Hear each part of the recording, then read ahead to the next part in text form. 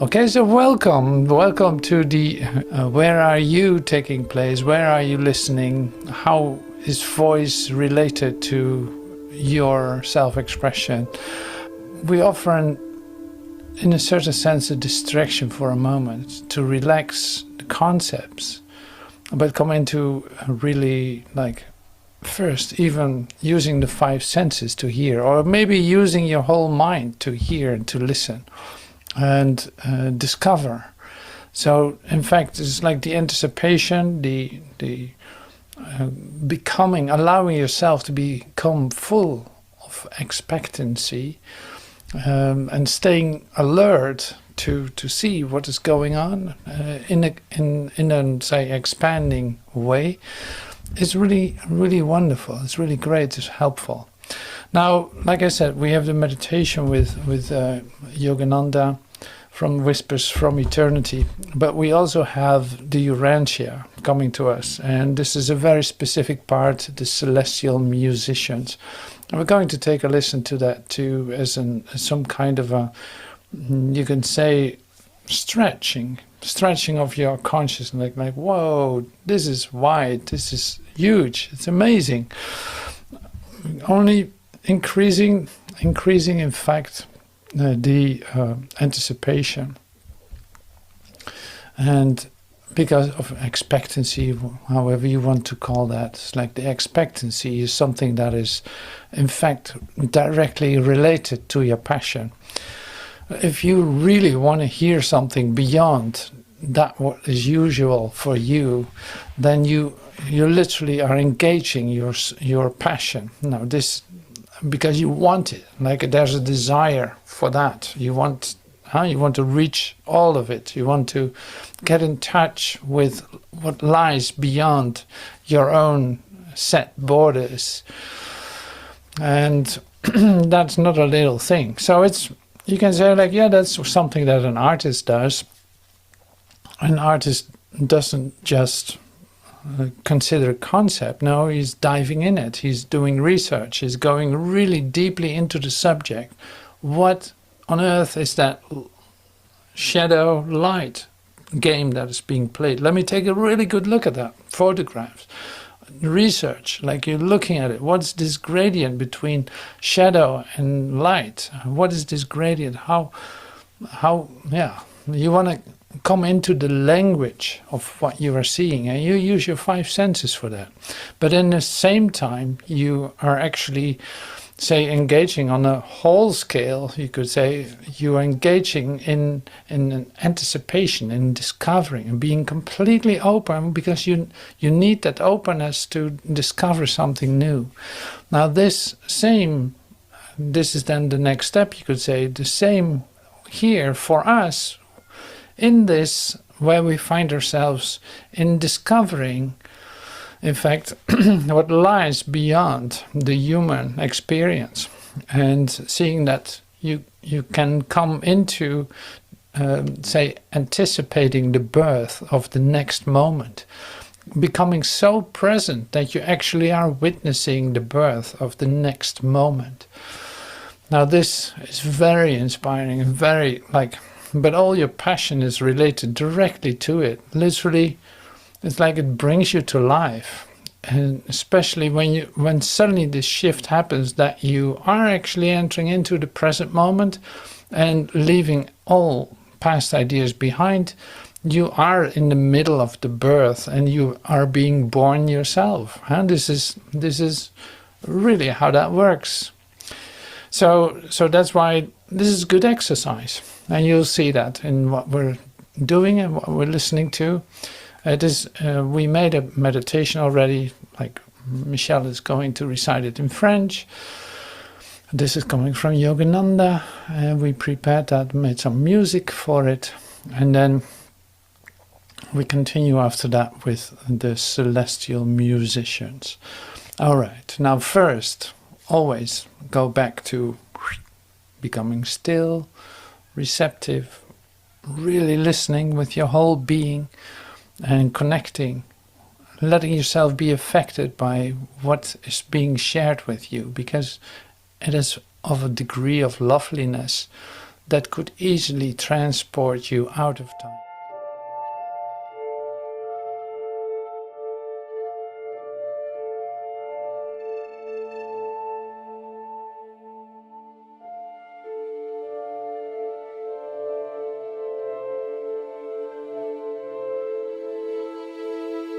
Whispers from eternity. The eternal voice softly said to me, "Through thy slumber of ages I whisper, wake thyself. Thou hast forsaken thy sleep. So now I say, wake thy brothers. Work thou with me, that all men hear my word. I shall broadcast thy message, I promised, and when I leave my earthly form, I shall borrow thine omnipresent voice to murmur within each receptive heart. Oh, listen to his soul's solacing songs. My countless brothers, I shall wait for all, as they slowly travel in a seemingly endless procession toward the blissful goal of self-realization. Through whispers from eternity, I shall gently say, awake.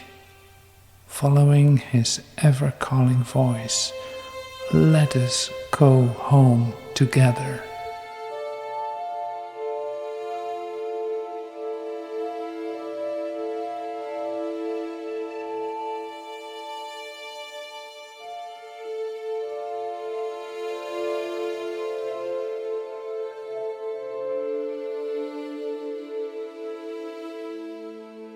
Murmure d'éternité.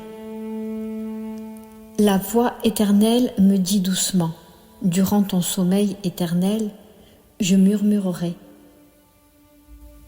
Réveille-toi, tu as abandonné ton sommeil, alors maintenant je te dis, réveille tes frères. Travaille avec moi pour que tous les hommes entendent ma parole. Je diffuserai ton message, promis-je. Et lorsque je quitterai ma forme terrestre, j'emprunterai ta voix omniprésente pour murmurer à chaque cœur réceptif. Oh, écoute ces chants réconfortants, mes innombrables frères. Je les attendrai, tous, tandis qu'ils cheminent lentement, dans une procession apparemment sans fin, vers le but bienheureux de la réalisation du soi, par les murmures d'éternité, et je dirai doucement, réveille-toi, suivant son appel constant, rentrons ensemble à la maison.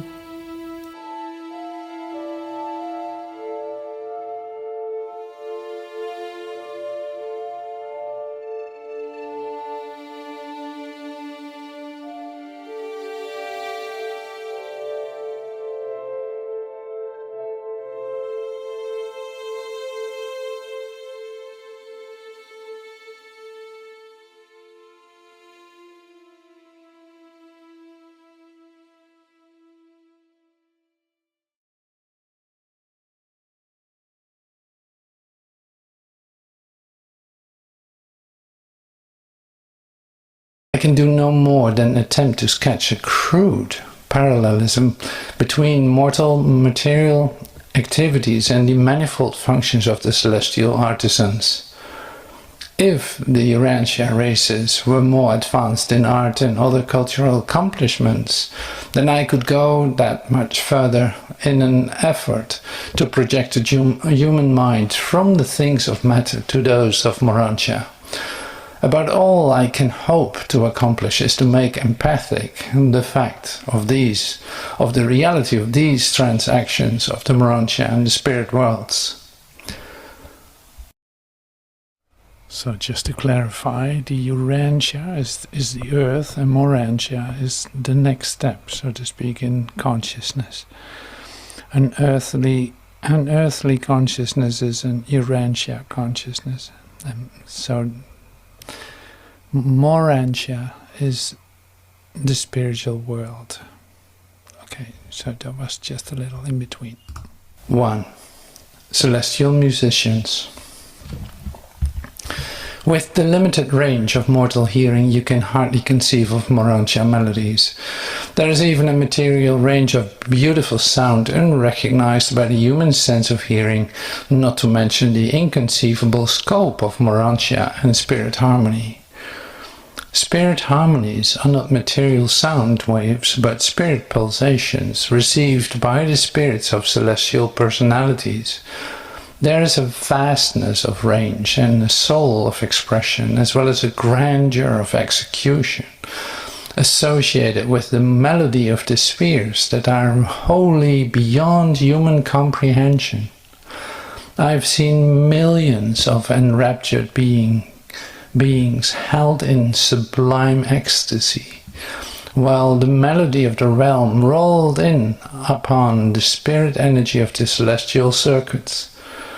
These marvelous melodies can be broadcast to the utmost part of the universe. The celestial musicians are occupied with the production of celestial harmony by the manipulation of the following spirit forces. 1. Spirit sound. Spirit current interruptions. 2. Spirit light, the control and intensification of the light of the Morantian spiritual realms. 3. Energy impingements. Melody produced by the skillful management of the Morantian spirit energies. 4. Color symphonies. Melody of Morantia color tones. This ranks among the highest accomplishments of celestial musicians. 5. Harmony of associated spirits. The very arrangement and association of different orders of Morantia and spirit beings produce majestic melodies. 6. Melody of thought. The thinking of spiritual thoughts can be so perfected as to burst forth in the melodies of Havona. 7. The music of space. By proper attunement, the melodies of other spheres can be picked up on the universe broadcast circuits. There are over 100,000 different modes of sound, color and energy manipulation techniques analogues to the human employment of musical instruments. Your ensembles of dancing undoubtedly present a crude and grotesque attempt of material creatures to approach the celestial harmony of being, placement, and personality arrangement. The other 5 forms of Morantia melodies are unrecognized by the sensory mechanisms of material bodies. Harmony, the music of the 7 levels of melodious association, is the one universal code of spirit communication. Music, such as Urantia mortals understand, attains its highest expression in the schools of Jerusalem, the system headquarters where semi-material beings are taught the harmonies of sound. Mortals do not react to the other forms of Morantia melodies and celestial harmonies. Appreciation of music on Urantia is both physical and spiritual, and your human musicians have done much to elevate musical taste from the barbarous monotony of your early ancestors to the higher levels of sound appreciation. The majority of Urantia mortals react to music so largely with material muscles and so slightly with the mind and spirit. But there has been a steady improvement in the musical appreciation for more than 35,000 years. Tuneful syncopation represents a transition from the musical monotony of primitive man to the expressionful harmony and meaningful melodies of the later-day musicians. These earlier types of rhythm stimulate the reaction of the music-loving sense without entailing the exertion of a higher intellectual powers of harmony appreciation, and thus more generally appeal to immature or spiritually indolent individuals. The best music of Urantia is just a fleeting echo of the magnificent strains heard by the celestial associates of your musicians, who left but snatches of these harmonies of Morantia forces on record as the musical melodies of sound harmonics. Spirit Morantia music is not infrequently employs all 7 modes of expression and reproduction, so that the human mind is tremendously handicapped in any attempt to reduce these melodies of the higher spheres to mere notes of musical sound. Such an effort would be something like endeavoring to reproduce the strains of a great orchestra by the means of a single musical instrument. While you have assembled some beautiful melodies on Urantia, you have not processed musically nearly so far as many of our neighboring planets in Satania. If Adam and Eve had only survived, then would you have had music in reality. But the gift of harmony, so large in their natures, has been so diluted by strains of unmusical tendencies that only once in 1,000 mortal lives is there any great appreciation of harmonics. But be not discouraged. Some day a real musician may appear in Urantia, and whole peoples will be enthralled by the magnificent strains of these melodies. One such human being could forever change the course of a whole nation, even the entire civilized world. It is literally true, melody has power a whole world to transform. Forever, music will remain the universal language of men, angels and spirits. Harmony is the speech of Havona.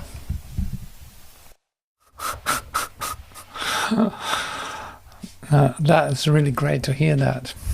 I love this. I always love this. And I've been blown away by this for such a long time and still am.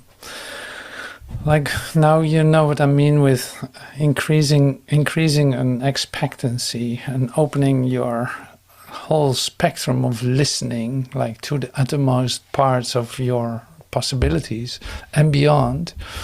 And that is so great about this. And so it also makes clear that there is something else. Like, it doesn't stop here.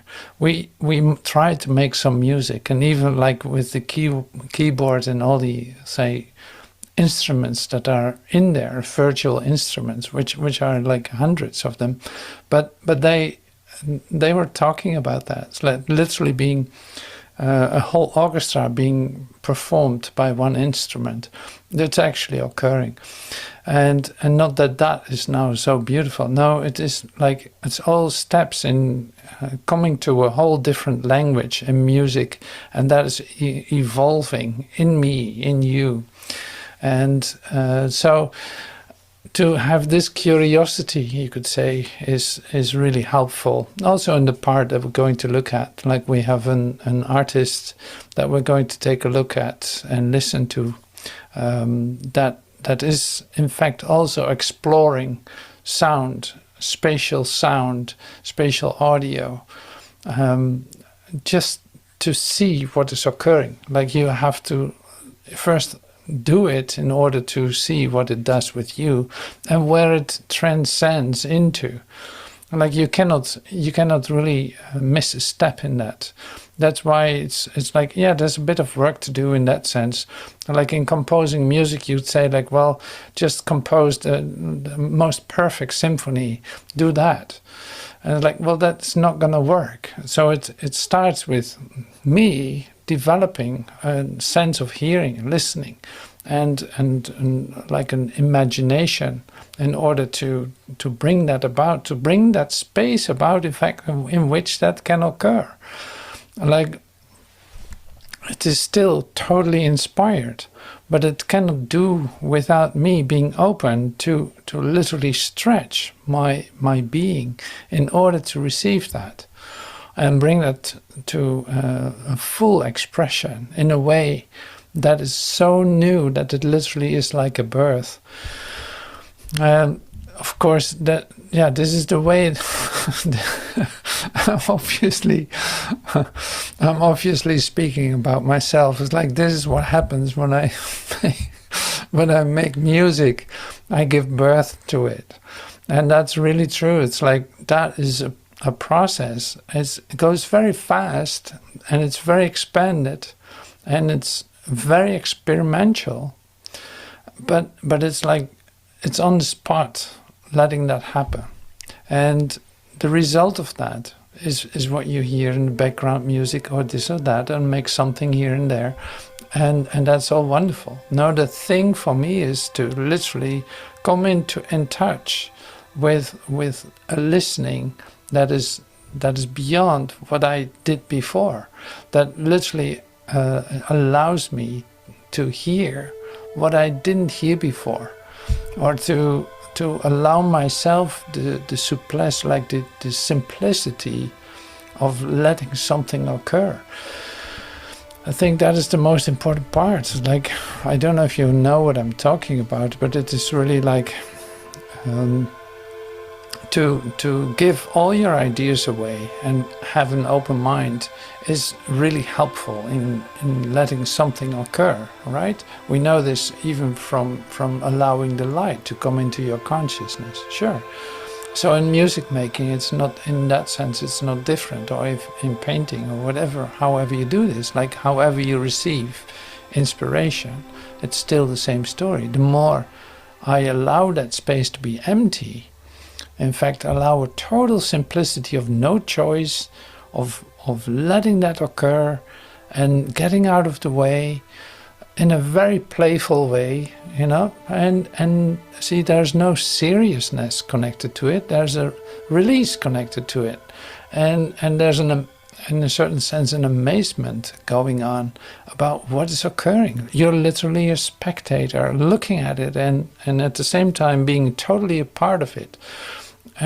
That is, to me, like the greatest inspiration part of all the activity that we're employing. So this was the same as say, shared in the assignment for today. It's like, well, just use your voice in different places where it sounds differently, where you suddenly hear a whole different landscape, space around you, where it seems like you're saying the same thing, but now it sounds so different because the space completely changed. Now, in itself, this exercise doesn't mean anything, but nothing is in itself. You know, it is not in itself in the first place. So we're literally doing exercises in order to come to a whole different way of being present, and allowing yourself the freedom to do that. And despite what you might have thought of it before, like completely free of self-judgment, that's a joy. That's absolutely wonderful. Does it matter what you do? No, not at all. But this part, like the activated way of being completely open and receptive to get this, so to speak, and to get this on the outer edges of your consciousness, is really so amazing. That's why I love to teach that or to share that. So let me see. So now we go to the artist that I had in mind to share. French? Okay, here we go.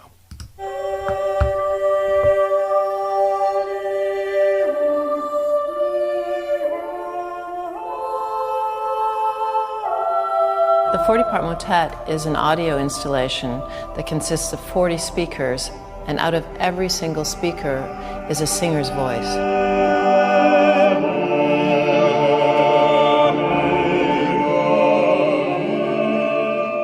So it's a virtual choir singing a piece of music from the mid-1500s by Thomas Tallis called Spaminalian.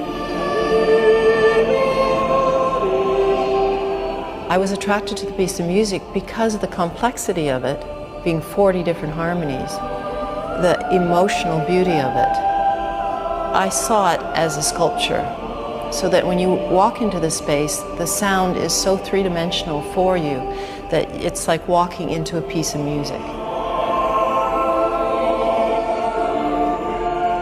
The composition is composed of 8 different choirs. You'll see speakers grouped together, and each choir grouping is bass, baritone, alto, tenor, and soprano. People might hear a sound and a voice coming from their right, and then they'll hear the music move over to the left, and then back and forth. And sometimes I imagine it's almost like ripples in a river, how the sound moves.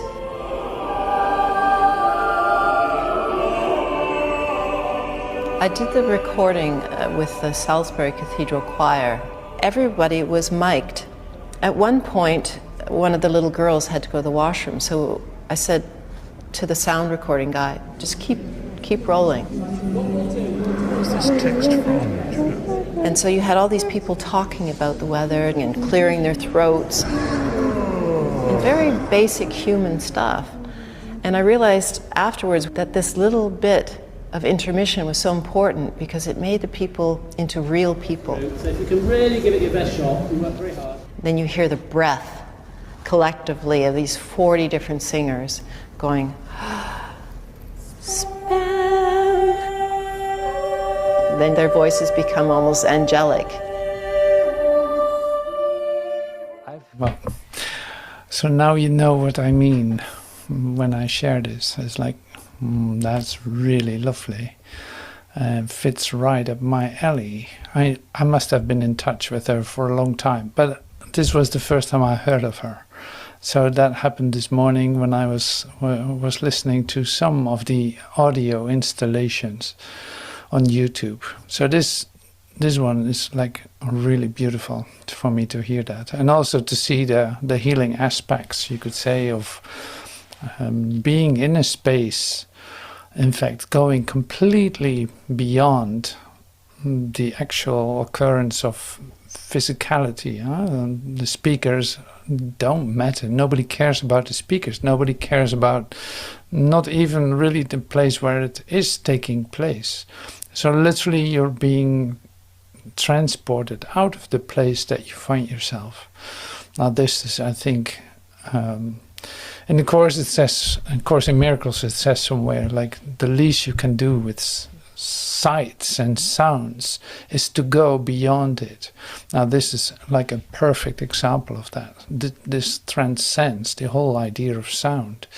So it brings you into an experience first of release, but then also of connectedness, an interconnectedness that was always there and feels so much like home that you're literally coming home in that. Beautiful, wonderful. Anyway, so that's really lovely.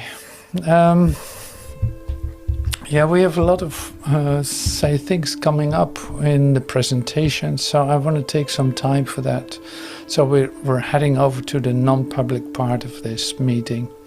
So thank you so much for so far, and I hope to see you soon.